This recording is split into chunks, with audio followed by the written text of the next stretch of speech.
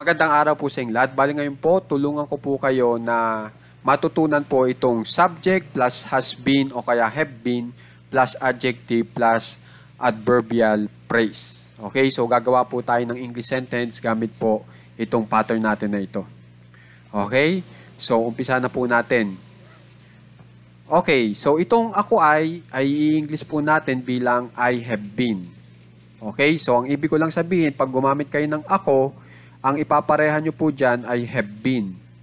Pag ikaw ay you have been. Ang ipapareha nyo pa rin ay have been. Kapag tayo ay o kami ay i-English nyo po yan bilang we have been. Okay po? So, have been pa rin ang ating ginamit para sa we. Pag sa they, ganun pa rin. Have been pa rin. They have been. Sila ay. Pero pagdating po sa siya ay, he has been kung lalaki. She has been kung babae. Okay, pag pinangalanan natin yung tao na isa lang ang bilang, si Mario ay, Mario has been. So, itong he, she, at saka yung pinangalanan po nating tao na isa lang ang bilang, ang ginagamit po natin ay has been naman. Okay? Pero kung ang pinangalanan po natin ay dalawang tao o higit pa, katulad ng Mario and Tarzan, have been po ang gagamitin natin. Okay? Kasi ang have been po ay pangmaramihan. Okay? Para sa mga taong pinangalanan nyo po. Ibig sabihin, higit sa isa ang pinangalanan nyo.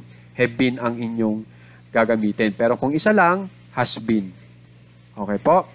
So, ang gagawin nyo lang po, pipili lang kayo ng isa dyan. Pagkapili nyo ng isa dyan, dito na agad tayo sa kabila. Simula patient hanggang generous. Pipili lang din po kayo ng isa dyan. Okay? Tapos, isusunod nyo po yung dito naman sa baba na nakalista dito. Na ituturo ko po sa inyo kung alin dyan ang pwede nyong gamitin. Kasi ito pong nasa baba na listahan natin ay bumabase sa unang listahan natin kung alin ang inyong napili. Okay po? So, halimbawa, ako ay maingat. Okay? Ako ay maingat. Kapag yan ay in English nyo, tungkol sa ating aralin, I have been careful. Diba? Ngayon, ang malaking tanong, alin dito ang gagamitin nyo? Dito sa baba. Ito bang buong buhay niya? Siyempre, mali yan. Tingnan nyo. Ako ay maingat buong buhay niya. Mali yun, diba? So, hindi po ito. Subukan natin itong nasa sa baba. Ako ay maingat buong buhay ko. Yan, tama talaga yan.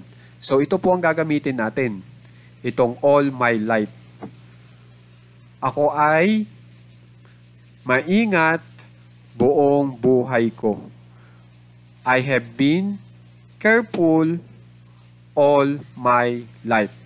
So, yan po yung sinasabi ko na bago po tayo makapamili po dito sa listahan natin sa pinakababa, kailangan ibabase nyo po muna sa una po nating listahan.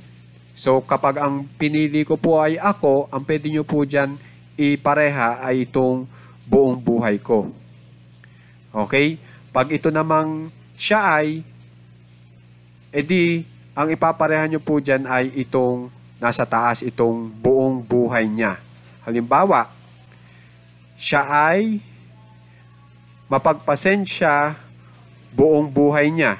Tama naman po, di ba? Kunyari yung siya ay lalaki. He has been patient all his life. Yung his, ipareha nyo sa he. Yung her, ipareha nyo sa she. Kasi ang her po ay pambabae, yung she pambabae. Yung he, panlalaki, yung his, panlalaki. So, dapat tama ang pagpapartner. So, isa rin po yan sa mga natututunan nyo. Yung tamang pagpapartner. Okay? Sa pangalimbawa, subukan naman po natin itong sina Mario at Tarzan. Sina Mario at Tarzan ay matapat. So, alin po dito sa baba ang pwede natin gamitin? Siyempre, ang pwede nyo pong gamitin ay itong nasa dulo, itong nila. Tingnan nyo. Sina Mario at Tarzan ay matapat buong buhay nila. So, tama naman po, di ba? Mario and Tarzan have been honest all their life. Okay po? So, ganyan lang po kadali. At kung mapapansin nyo, ganyan pong klaseng English sentence ang pwede po nating mabuo gamit po ang subject, has been o have been plus adjective plus adverbial phrase. Ang subject po natin dito ay yung pinag-uusapan. Siyempre, pinag-uusapan po natin dyan ay itong ako, ikaw, tayo, kami, sila, siya, si Mario, o kaya itong Mario and Tarzan. Okay? Ito pong has been at saka have been, ang sinasabi po kasi niyan ay, ang pinag-uusapan po natin ay patungkol po sa tagal ng panahon. Okay? Edi ang ibig lang sabihin na itong pagiging matapat ni Mario at Tarzan, matagal na po yan.